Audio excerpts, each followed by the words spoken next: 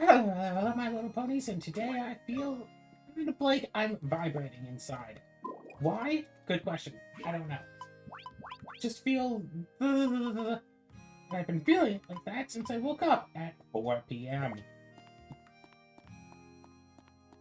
I shouldn't have been still asleep at 4 p.m., but I would have kept sleeping if I hadn't gotten a phone call that woke me up to be told, "Hey, the Pony D&D game is starting." Right. Got out of bed, got to the computer, started playing, and essentially they didn't need me. It feels nice to be needed, and sure, they want me there, as I was told. They didn't need me, honestly. I didn't really do anything that wound up contributing to the session as a whole, which, and I tried to use it as an opportunity to catch back up on my sleep. Then every once in a while, it's like, oh hey, why are you like so far back here? It's like people are basically talking non-stop for like time you went home.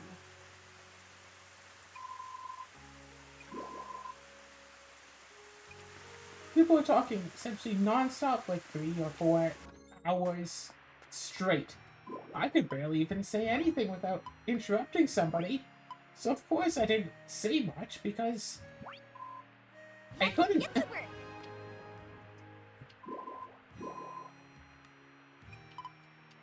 This whole time just something inside me just it's like I'm trying to like hold still, like calm down and stuff, but there's just something in there that's just not doing good.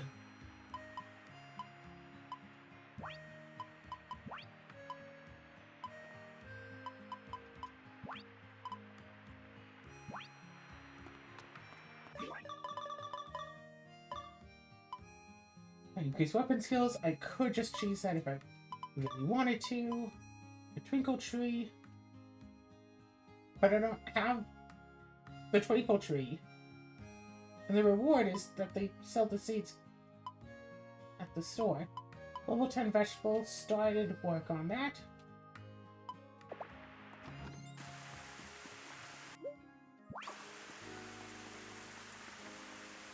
So I'm not sure how I'm supposed to get the Twinkle Tree seed to begin with, but I know a few places that have tree seeds, so maybe I'm supposed to go to one of these areas and get the Twinkle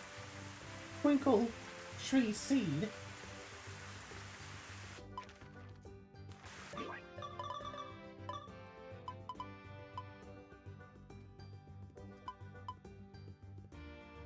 Oh, right. I totally forgot about both of that. It's evening, right? We can go here and do stuff?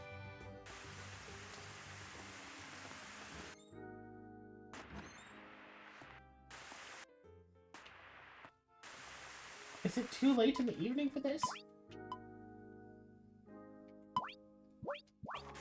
I don't know when they want me to come by. It's evening. What, am I supposed to just stay there all night long?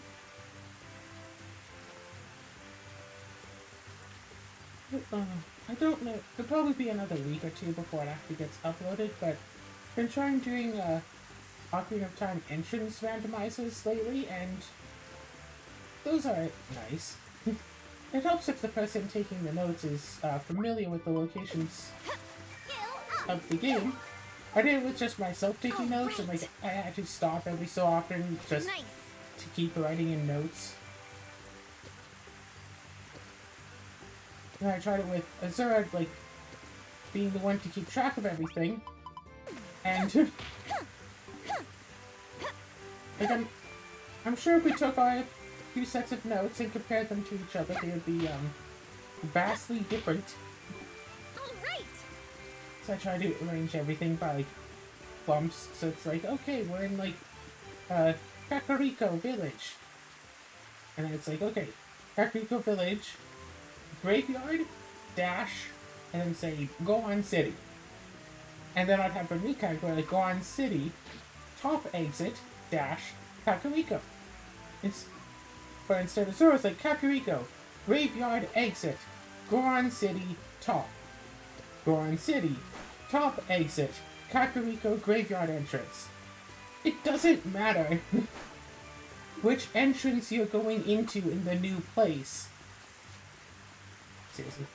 What matters is the place that you are going to.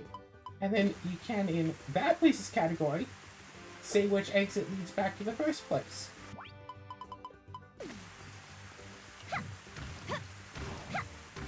All right!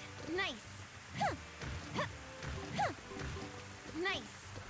Yes! All right! All right! Yes! I will admit, I was very tempted to just not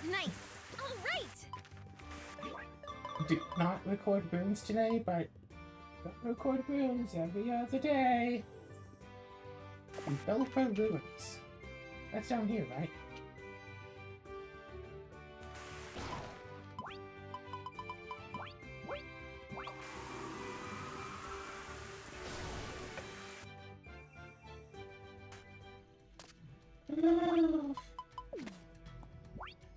Try to get back into doing more Minecrafting stuff. That's had a bit of a thing of it, but I think we're probably stopped again. No, whatever. Yeah, I'm staying up so late because of all the frost havens. Maybe joining up with the group wasn't such a good idea, because it used to be as though I wanted to go to bed at like midnight or so. And then I'd go and do like VR or whatever for another hour, and then I'd go to bed at like 1 a.m. But now, Zoe and I hang out until about 3 in the morning, then I do Frosthaven for another 3 hours, then I'm so tired I'm already falling asleep and can't just be awake enough to do VR. Then I wake up at, as late as 4 in the afternoon, and I'm exhausted all day.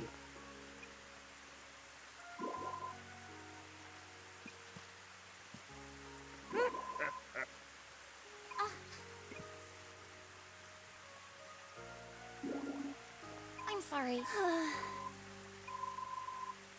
Hey! Come on. Hold up! What is it? No. Oh, yeah?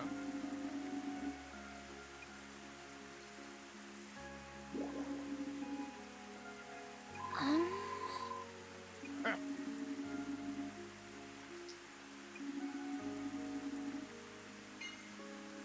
Huh? Yeah. So...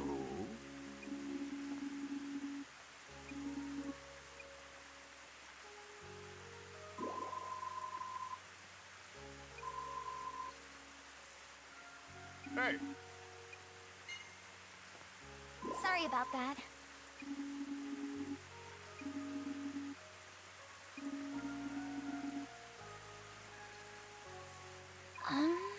Yes. Whoa, whoa! Huh?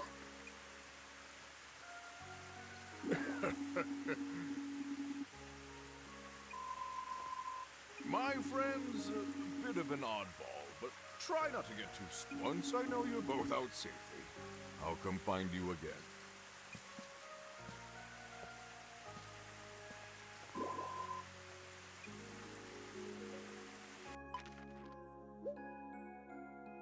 New place.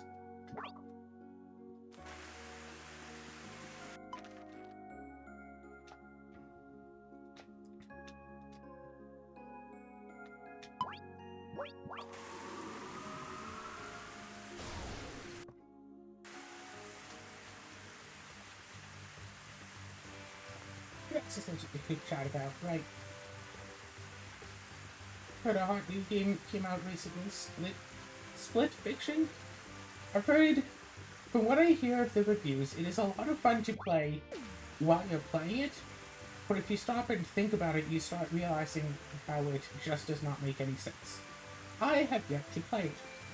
All I have to go on are reviews. I haven't even, watched other people play it, because if I watch a playthrough of it, then I won't want to play it myself. That's what happened with It Takes Two and A Way Out. To be fair, I've been wanting to play A Way Out, but kind of need someone to play with.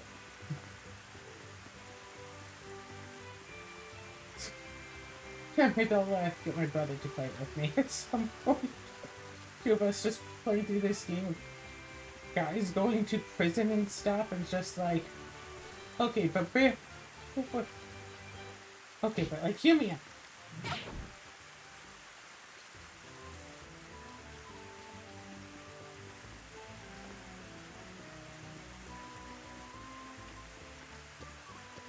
And the last episode of Rooms, I very well could have talked about me getting into a new D&D group, but I'm not sure I actually really talked about it much. I probably did.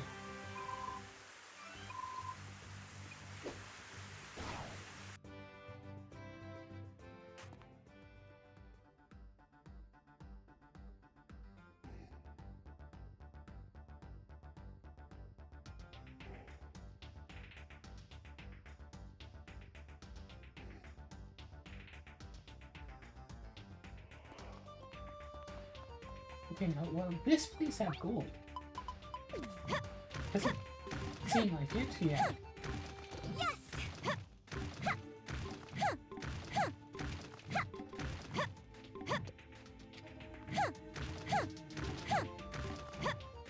Nice.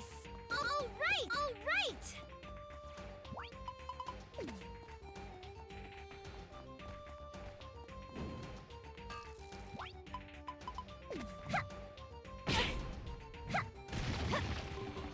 Yes. All right. All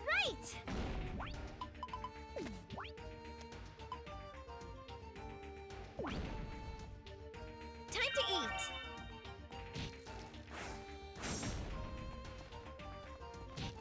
You're big and strong, okay? I definitely need to grind a lot more. I need to grind and get more levels, and level up, and grind, and gain experience, and grind, and level up. Nice. And do some grinding. Nice.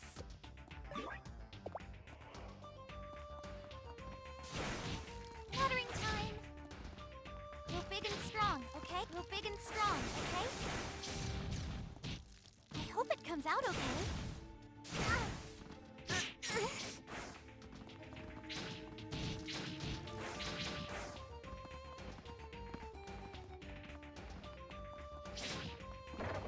All right. Wait, so did I have to come in here to like grind against this enemy during the last playthrough? I just think Comes out I okay. remember that. Something I was making, hope it like comes I had out okay. something that was dropped Grow here. big and strong, okay? Ouch.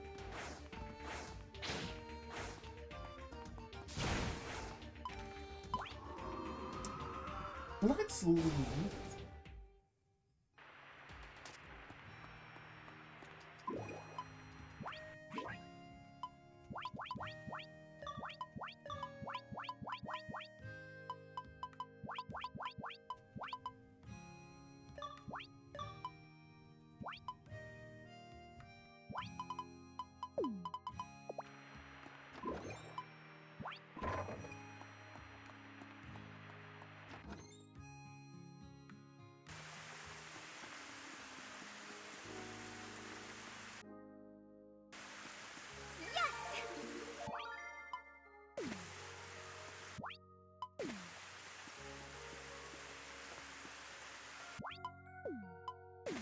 There you go.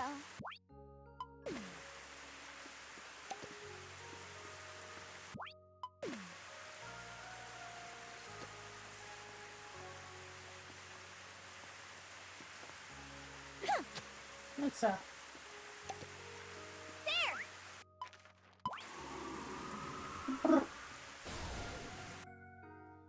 Right, yeah. Joining into a new D&D game, it's hard. You have to try to figure out... You have to try to basically, profile everyone, all of the players to know what you can expect from them in the game, but you can't just rely on just profiling people, because that's wrong. But you have to try to get an idea of what you can expect from them, without expecting too much.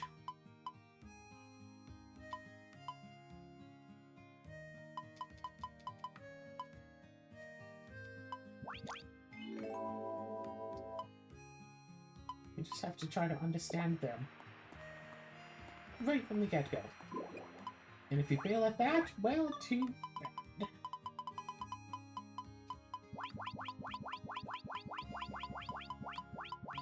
But of course, being a player is kind of awkward. Being a new player joining in a pre-established group, I should be about this,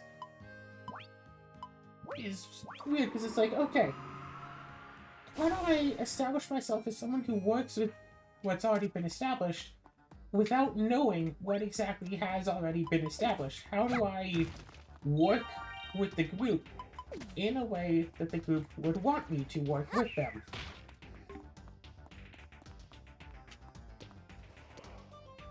Like, I've seen it where some groups have a distinct hierarchy. Like, one player is basically, like, does all of this stuff, and everyone else is like, yeah, okay, sure, we'll do whatever you say. Which I'm not a fan of, but I have seen it happen. And I've seen other groups where everybody gets an equal say no matter what. Someone's playing the 6 intelligence barbarian, no, they get an equal say in everything because it's player-based, not character-based.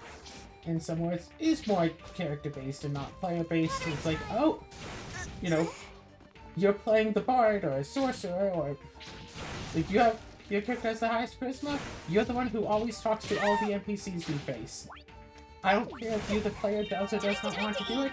Your character has the most charisma, so you're doing all of the talking.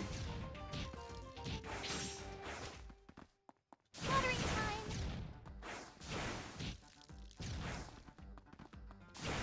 I hope it comes out okay.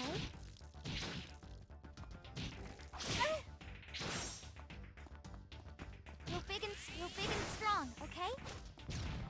D&D, 3rd edition / 3.5 edition, Watering time. has some interesting stuff it comes that's out okay. alignment Go locked. big and strong, okay? Paladins are the most big and notable. strong, You okay? have to be lawful good. Bunch of stuff to that. Watering time. And for some of these, there are things that state like, oh, if you're a paladin, you stop being lawful good, / you stop following your things. You know, you lose your special paladin powers, but gain the... But not gain, but keep, like, the normal paladin powers, whatever. But not all of these have a thing. I think for the Marissa character that I'm playing in the Sunday game, Go big and strong, at least one of, okay? like, Watering time. or at least one of her prestige classes has a prerequisite of being evil, which she is, so it's all good. But it's like, okay, well, what happens if you're not? Or, like, sometimes just being evil allows you to just get things that player characters aren't really supposed to have because they wouldn't expect player characters to normally be evil. There's also very little saying of... I'm done for. Yeah, no, just stab you. Yeah. There's very little saying of what it actually means to be evil.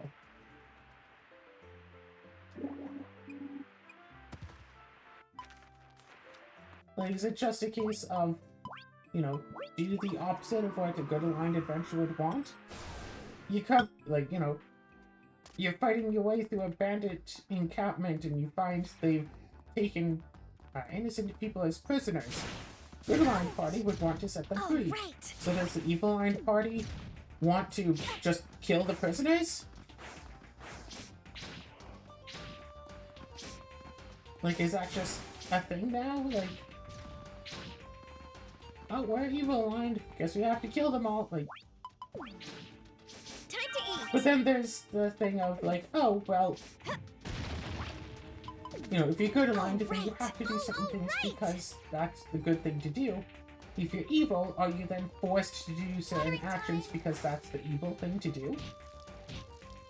Like, being good is not the opposite of being evil, even though being good is, in part, not doing evil. And it's like, what if someone does both good and evil acts? Like, oh yeah, maybe, you know, they sacrifice Okay? 1,000 innocent civilians But in doing so, they make a ritual I that hope it saves, comes out okay. 100,000 from starving over the I hope winter. it comes out okay. No, not cannibalism. Grow big and strong, okay? They, Watering they kill, time. they Grow do big and evil strong, things to do okay? good stuff. Or, Watering time. heck, maybe they Watering do time. good stuff in order to do more evil. Whatever. Damn it. Yeah, what alignment is someone who's willing to do evil things if it means a greater good? Is that still lawful good? Is that neutral, or is that evil? If someone is willing to sacrifice a large number of innocents if it means saving a greater number of innocents, what is that alignment? Neutral? Yes! All right. So, if a good aligned character were to be given that same test, they wouldn't want to do it because, oh no, I can't sacrifice people even if it means saving more people, even though that's still technically the good thing to do. All right. I mean, the good aligned character would probably try to find some other way around it. Try to find some way to be all like, oh yes, no, I will, Watering time. not sacrifice the people, but still save people. Was it Fable 3 tried to make an argument like this? I remember.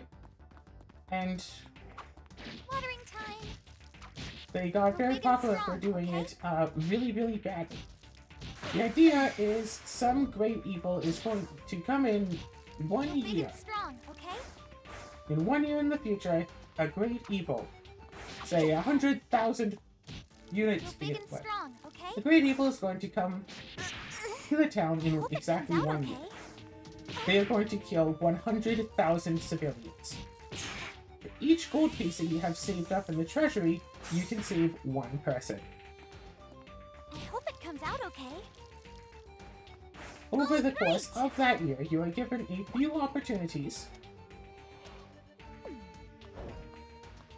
to gain extra money for the Grow big and treasury. strong, okay? Or you can gain more money Grow big by and doing strong, what is okay? technically the evil act. You are not allowed to tell the civilians why you are saving up this money. For as much as they know, you are just being greedy, taking their hard-earned money. You're not allowed to tell them about the invasion, so maybe they can leave and not be in danger, or, so they can, if each citizen donates one gold piece, it's not like D&D, like, gold pieces are very common, like, an apple is like 3 gold pieces, like, everyone has gold pieces, except, like, the poorest of the poor. Oh, that was an actual treasure. I Whoops. hope it Oh. comes out okay. Grow big Like, and everyone strong, other than the okay? poorest of the poor has gold pieces that they could donate. If everyone just donated one, and then you make up for, like, the poorest of the poor, then, yeah, everyone will be safe and fine. And there won't be any issue I hope it whatsoever. comes out okay. Grow big and strong, okay? But you're not allowed to do that, because that would cause panic in the people, and that is an unspeakable act you're not allowed to tell them. Because reasons. So, for example, some great magical relic was found in an ancient ruin. Heck, you found it in the ancient ruin.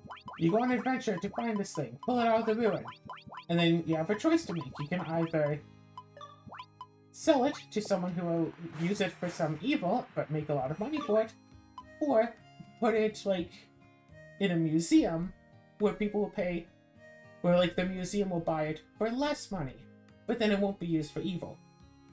But it's like, you can get either, like, 5,000 gold or 7,000 gold. Like, do you really need the extra 2,000 gold? But even if you take...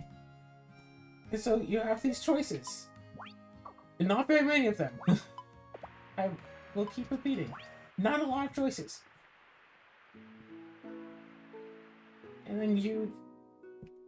However, even if you take the most, like, money-making thing of every choice, even if you always choose the one that gives you more money, in the end, you'll have you'll pay, I think it was like 33,000 or something. If you choose all of the... So 67,000 people are still going to die, even with all the evil that you've done. Period. Yeah, that's it.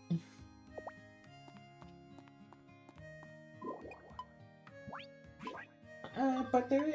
So it's like, oh, well, that's lame. You can't even save all the people, then why does it give the opportunity to do so? Well, you can save everyone because you can donate money from your own funds into the treasury to save people.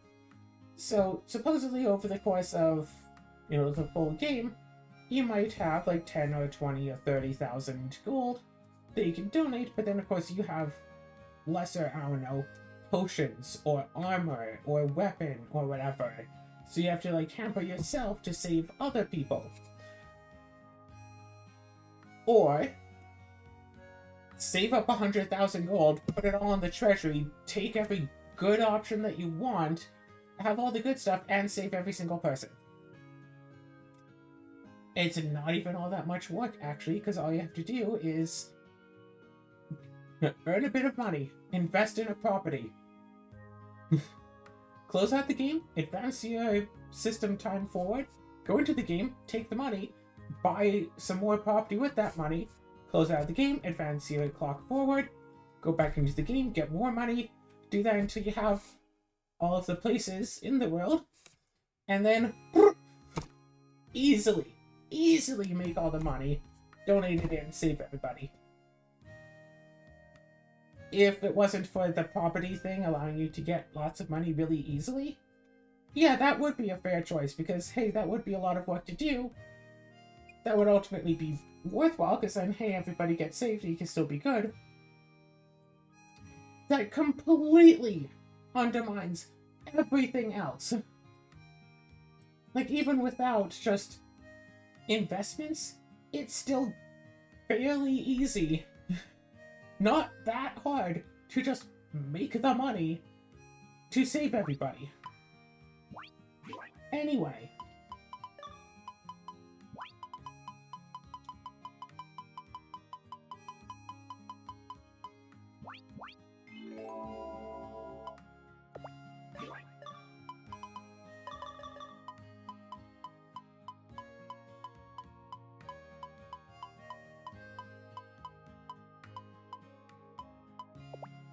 I sure hope everybody enjoys short swords. If they don't, well, too bad.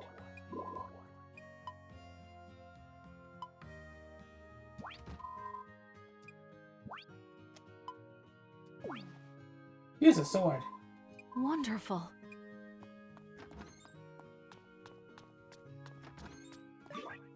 On the one hand, I kind of want to look up to see if anyone hates short swords. On the other hand, Oh, right, the issue is that now everyone's equipment is going to be short sword. Wait, where is she?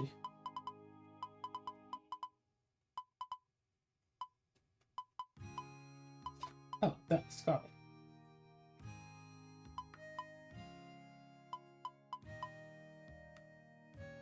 Although, to be fair, the gear that they have either is the short sword, whatever, anyway, or just isn't exactly much better at all. Maybe it doesn't even have a weapon. I do find it funny that you see them.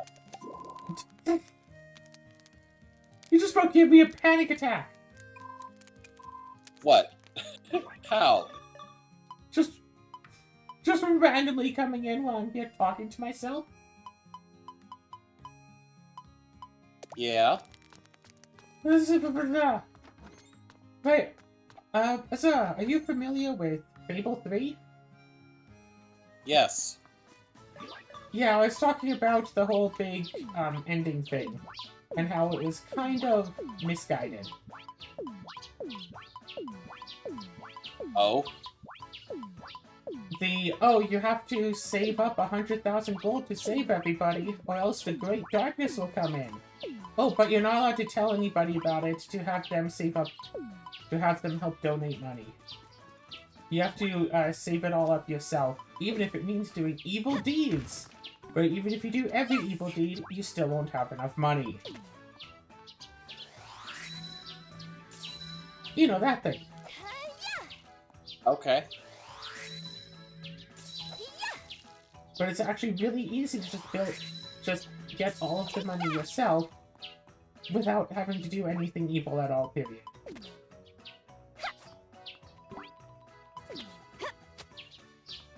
Nice.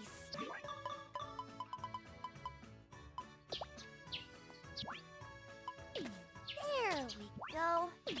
So how'd your race stuff go?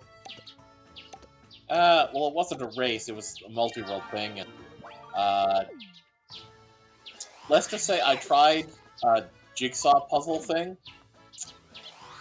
It probably would have been fine had the thing not decided to randomly give me, like, a nearly 500-piece I puzzle. hope it comes out okay.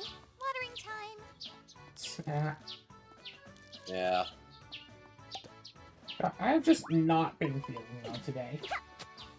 My insides feel like they're just like vibrating.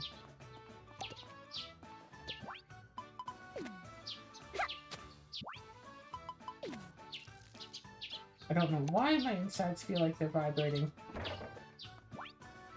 But whatever, just... So I'm just here, chilling, relaxing.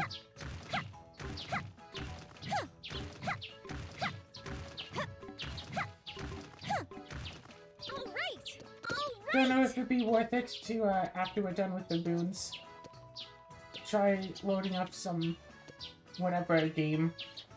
Because, hey, gotta start thinking about future recordings and future uploads. Gotta record something new for Saturday. Take that. Yeah. Take that. It's really weird. Like the Split Fiction game. $65, $66-ish dollars, somewhere around there. And that's, like, quite a bit for a game, especially since, like, if I were to buy it, we'd probably finish it in, what, less than 10 hours? I imagine?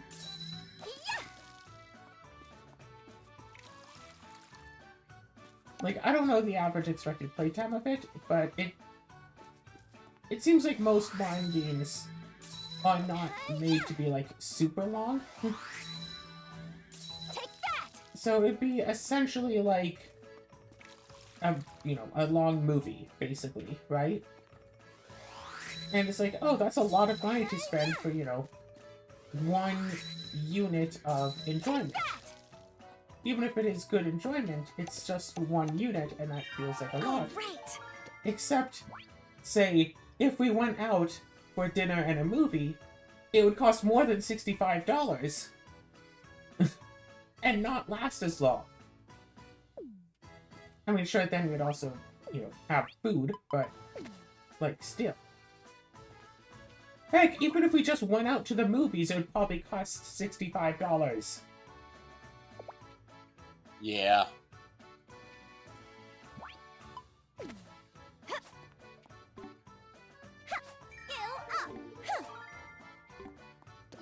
Alright, excuse me a minute. I'm gonna grab some food from the kitchen.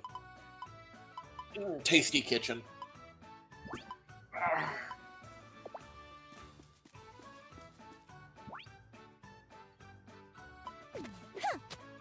It's like, well, why do we value, like, There you go. the monetary good of the game over something else? And back in the day when you buy games... Back in the day when you buy games, like, physically, like, you can just buy the game, day one, play it, and then after you're done with it, find someone to sell the game to. Then it's... Although games are usually, like, $80 new, so this one is actually a bit cheap, for whatever reason. Yes. Which is another thing. There. If there's a game on like the Switch that I really want that's new, base price is like $80. But I'd use the like coupon whatever things and get it for $65 and consider that a good deal for a game I really wanted. So why do I not feel like this game at $65 is a good experience? Have I really been suckered into like the sale dynamic Nice. that's encapsulated basically everybody? Where I'd only think it's a good deal if the company tells me it's a good deal. Right. Like, you could have two identical items. One of them is $40, and one of them is normally $80 but half price. You want to get the one that's currently half price, even though it's the same amount for the same item, but it feels like you're getting an $80 item for cheaper, even though you're actually just getting a $40 item for full price. If the Split Fiction game was like, you know, an $80 game, or, you know, marketed as an $80 game, and with the thing saying, hey, you know, promotion, when this game is coming out, we're selling it $15 off. Like, I probably would have bought it, and fallen under the, oh look, this is a good deal we're getting. But also falling for the fear of missing out. Well, if I don't get the deal now, who knows when it's going to be on sale again. All right. Which I looked through my wish list on Steam. There are so many games there that have just been on there for years. That have either just never gone on sale, or if they do go on sale, it's not enough of a sale for me to want to actually buy the game. And it's like, okay, well, how much of a sale would be enough for me to want to buy such a game? Some of those games, it's like Rune Factory 4 I have on. Like, I wouldn't want to buy that on Steam unless it's, like, really, really cheap. I have it on 3DS and on Switch. Like, I'm good for it. I'm good on it.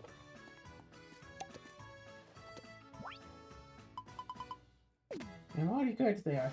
But if I happen to find it really cheap, maybe. Take that.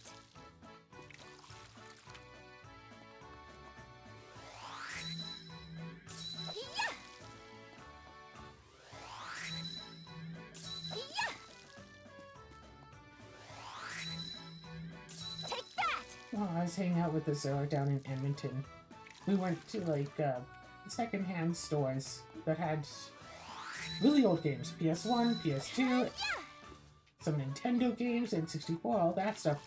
They were being sold for darn, what, $70, $80 each? It's like, all of those games, you can just emulate. Like, for free. I think there's some issues with the emulation for Hey You Pikachu. And some people argue that if you emulate, you're not getting, like, the 100% experience of the game. But for any of my own purposes of playing, it's close enough as to be, like, good enough. Sorry, you're trying to emulate Hey You Pikachu? Well, I've heard that emulation of Hey You Pikachu isn't, like, super good. Because none of the N64 emulators emulate the microphone properly. Nice.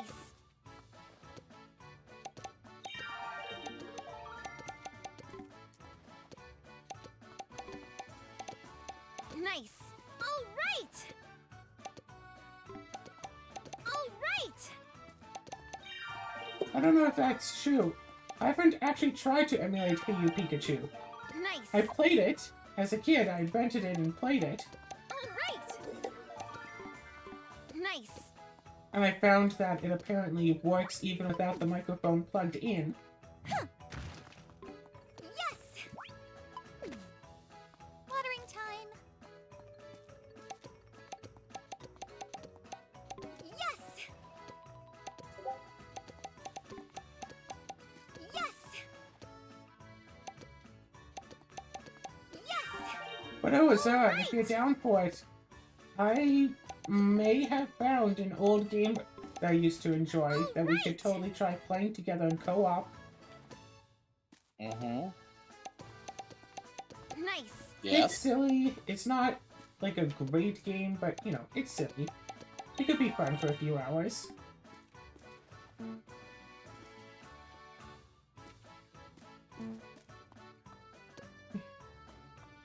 Yes. It's not bad to ship out, so I can totally just do this. Use my storage bin as a... Was it use my shipping bin as a storage bin?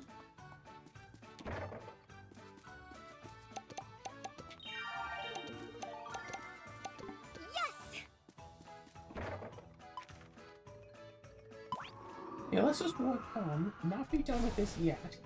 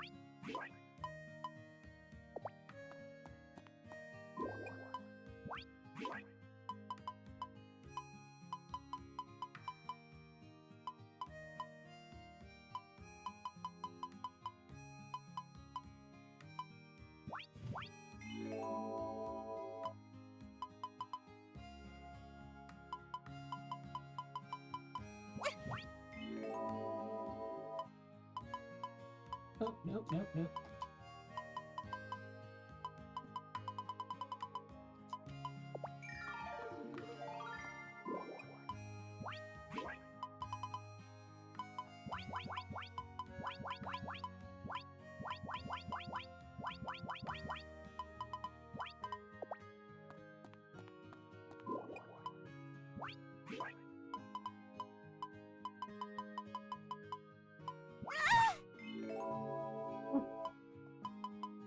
What was I talking about anyway? That's right. It probably doesn't even matter. Oh, gosh.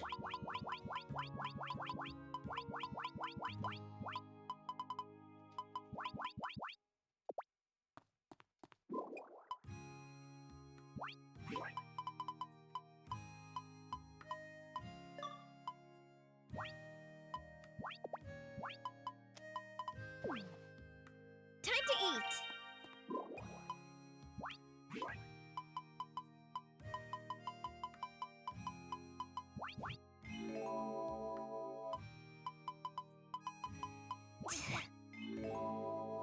So, is there anything on your mind? Not specifically. Cool, cool, cool. I'm sorry, I'm very boring. I'm aware of this. So, for the D&D session today, I had mentioned to you, the DM had tried doing something where they set up, like, a real-time timer for in-game actions. How well did that go?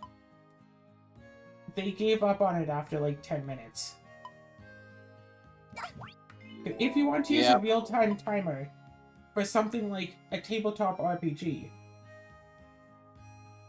like, basically for anything other than a video game, really, using a real-time timer for stuff that has such a high out-of-game experience to it. It's kind of doomed to fail, yeah. On a general basis, it's a bad idea. It can work if it's done really well, and generally having, like, in-game timers for in-game stuff, that can totally work as well. If instead of, say, 50 minutes, it was, like, X amount of rounds, and just keep everyone in initiative order for the entire time, that could totally work. Yep, that could work. And it's like, when the timer was first, like, announced that it was being used, I immediately started thinking of, like, the ramifications of stuff. Like, okay, these villains are currently on the train that they said that they've planted bombs all over it, with a timer for when they will all go off. Why would they still be on the train with the bombs on it? Either A, they're willing to die for their cause, or B, the bombs are fake.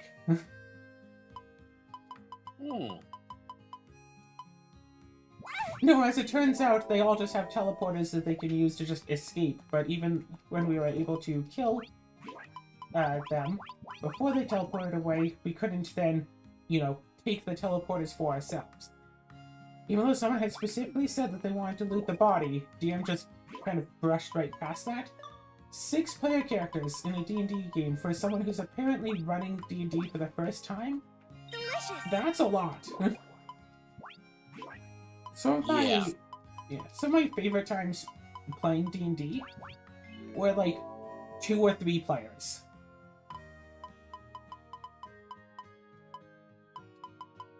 Trying to run 6 players at once, I think 2 of which are new to D&D, while being new to the game yourself, yeah, that's a lot to ask for. Yeah.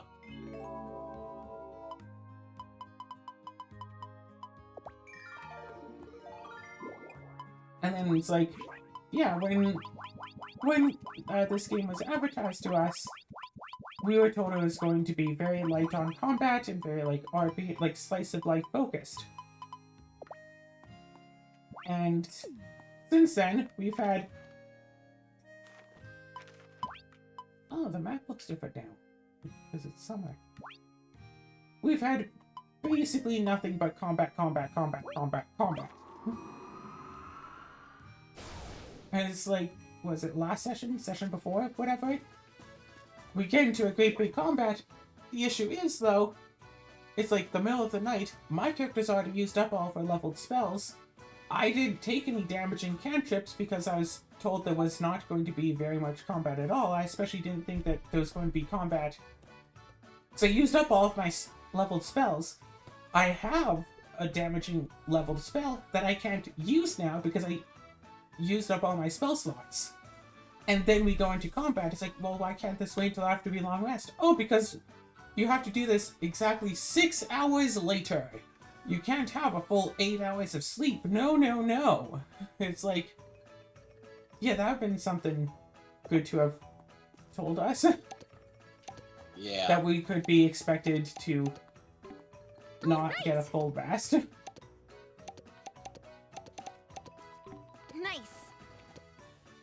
Nice.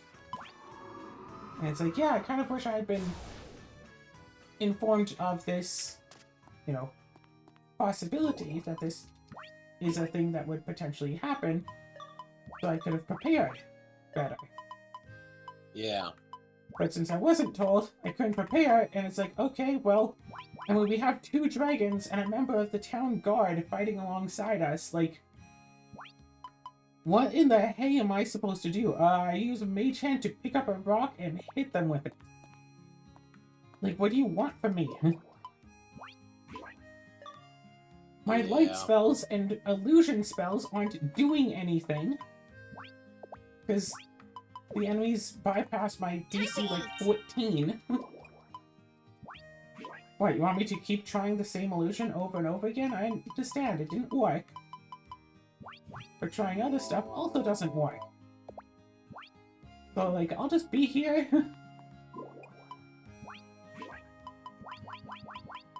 It's like, oh, well, D&D as a system is very, like, combat-focused. It's hard to do stuff that's not, like, combat-based. Maybe? I mean, that can be true, but if you're promising it to not be very combat-heavy, and then you make it combat-heavy, there is a term for that. It's called being a bad DM. And then, basically the entire time, people were constantly talking, which, I know, that's the thing that happens. Get people together, who are friends, they like to talk. They can just fill up the entire time with talking. However, So it's like, oh, it's announced that's like, oh, there are bombs, real-time timer for it. People are talking. From when that was announced to when the timer was officially stopped 10 minutes later, and DM had to take a short break to go to the bathroom, there was never a lapse in people talking. There was not a single moment where I could get a word in for anything. I could not talk without interrupting someone for those 10 solid minutes. I had things I wanted my character to do. I couldn't say them because other people also had things they wanted their characters to do, or the DM was making rulings about stuff that people had wanted their characters to do. So it's either interrupt someone, or say nothing. So I posted in the text chat, it's like, hey, my character has a rabbit familiar. Send the rabbit to go and search because the rabbit can, like, look under seats and whatnot. And be an extra pair of eyes. The DM, however, didn't read the text chat. And the one other player who didn't mention it to the DM. Because, well, nobody else mentioned it, so I figured I wouldn't either. So I'm just there like, oh, well, I guess the DM has more important stuff with everyone else doing stuff. I'll just sit here and basically do nothing. DM's asking other people to make perception checks and strength checks, and everyone else is saying, it's like, oh, I want to do this, I want to do that. And it's like, whenever I've been in such a situation before, and I did just burst out with like, oh, I want to do this thing, I either get ignored, which did happen here. I had tried talking over someone. It's like, oh, there's like this door.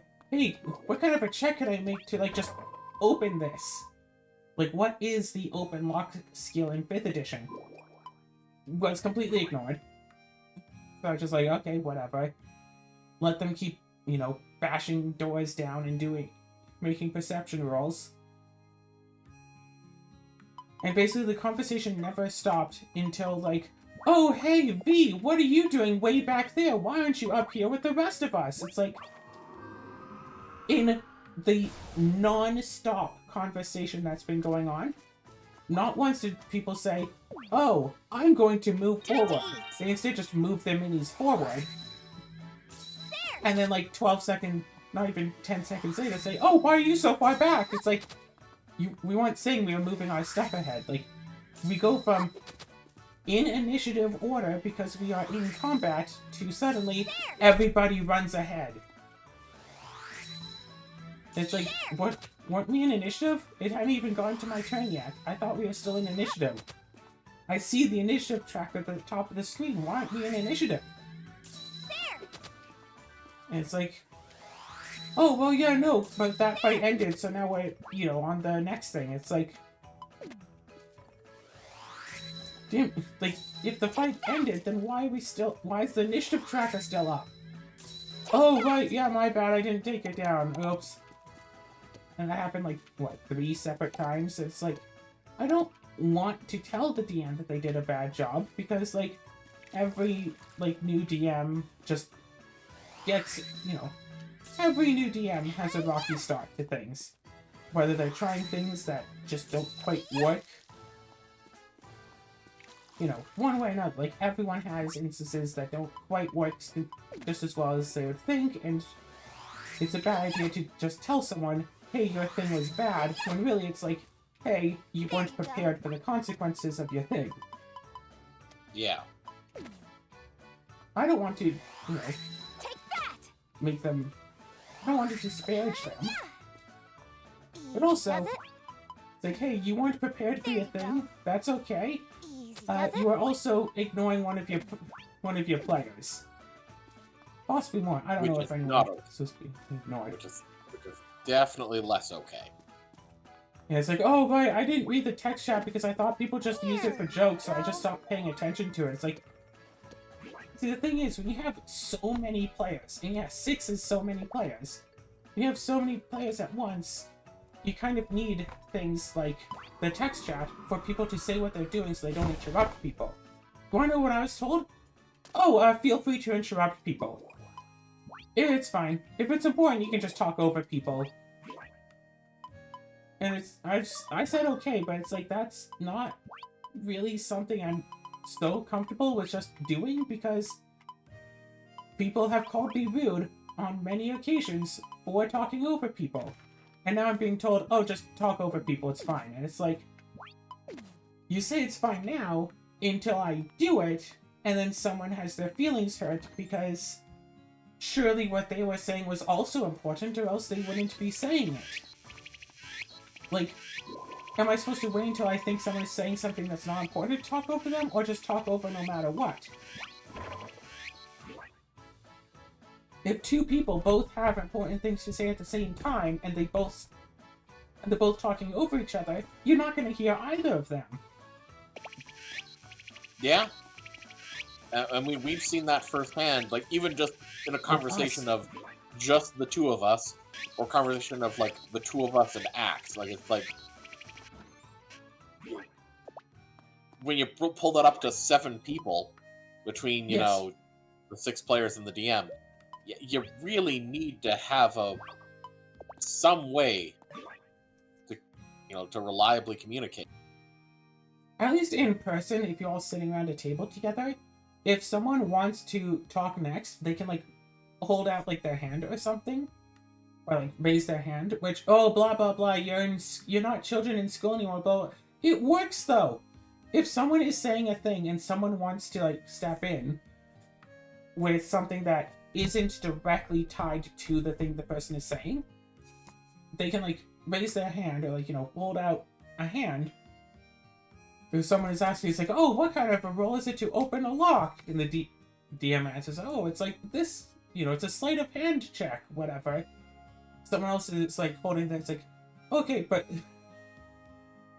It's like, oh, I would like to just use strength to knock down this door. It's like, oh, but I want to open the lock. It's like, and then they can talk instead of just do using strength. Okay, you can use strength. Oh, I use strength all the time.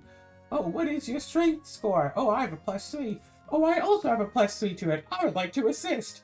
Oh, can we assist? Oh, I've already rolled the d20 and add my strength though. DM, can they assist? I guess so. They can roll for their strength. Meanwhile, this entire time you're sitting there like, can I just open lock? Can I just test to see if the door is even locked in the first place? Maybe the door is unlocked. Can I just quickly ask, DM, is the door actually locked? But no, the two players and the DM are having a whole conversation about breaking down the door. It's like, is it locked? Like, just want to quickly check. It's like, yes, it is locked. Okay, they want to break it down. I'll just step back. Or it's like, oh no, it's actually not locked. Cool, I just open the door and go through. Exactly. But it's like, yeah. Yeah. They're saying stuff that they believe is important. I want to say something that I believe is important. Who should get priority on this? Who's to say? And one last little bit of conversation before I end this video. I have heard of people doing, like, D&D stuff where they have, like, I forget the term, like a consent wheel or whatever. You know, if you're, like, consent is becoming more of a well-known thing for, like, D&D. Doing consent forms to know, like, what people are okay with, what they're not. Maybe someone is okay with, like, animals being hurt, but not with, like, children being hurt, for example.